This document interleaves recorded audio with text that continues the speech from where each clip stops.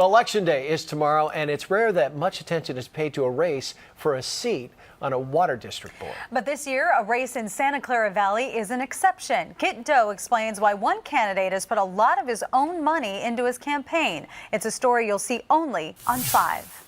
We'll move right along to orders of the day. Have you ever been to a Santa Clara Valley Water District board meeting? I guess there's no nice way to say it, but it's kind of unsexy, these meetings.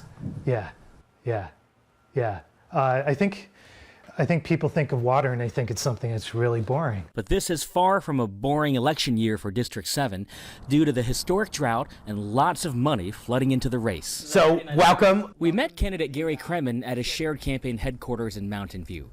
He's the current president of the Purisima Hills Water District and also an entrepreneur who has founded and sold a handful of tech companies for millions of dollars. Documents show he spent nearly $400,000 on his campaign, much of it out of his own pocket.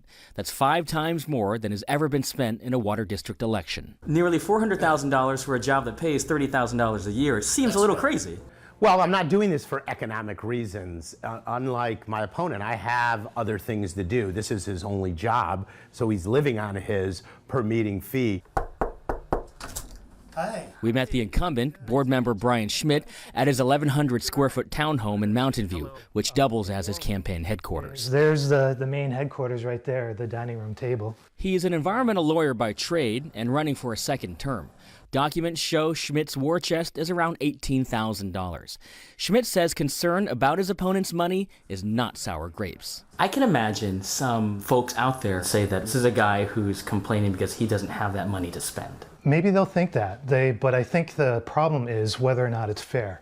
So I think if you look at the total amount of money, if you think that, I think it's a problem to have this massive amount of money in politics. Money aside, each candidate has their hot button issues. Potable reuse of recycled wastewater. That is a water supply that could be half or more of our water supply for the county. This is a board that has 1,000 employees and a $400 million budget, and there's no person with any business experience, and there's no person with any technology experience. One final note from KPIX political analyst Melissa Griffin, who says candidates often spend their own personal fortunes because they have an ulterior motive. When we see this, it's usually because they want to get somewhere else, right? It's a stepping stone to maybe a board of supervisors position and then to maybe an assembly position. I'm really passionate about water, and to do anything else, at least right now, and actually for the foreseeable future, I just couldn't do that. It's just not my thing. Come on. Come on! Come on! I mean it! Come on! There's no come on about it. And so this race has really heated up in the past couple days. Last week, a political action committee that claims it has no connection with Gary Kremen mailed out a really nasty attack ad against his opponent. Brian Schmidt really has responded the only way that he can, and that is by shooting a response video on his cell phone and then posting it to YouTube. If you get a chance, you should check it out. Regardless, though, Gary Kremen has paid for a poll, and it finds that the two of them are in a statistical dead heat, with most of the voters still undecided. Back to you. Okay, Kremen is the chairman of WaterSmart, the software company in San Francisco. If he wins, wouldn't that be a conflict of interest?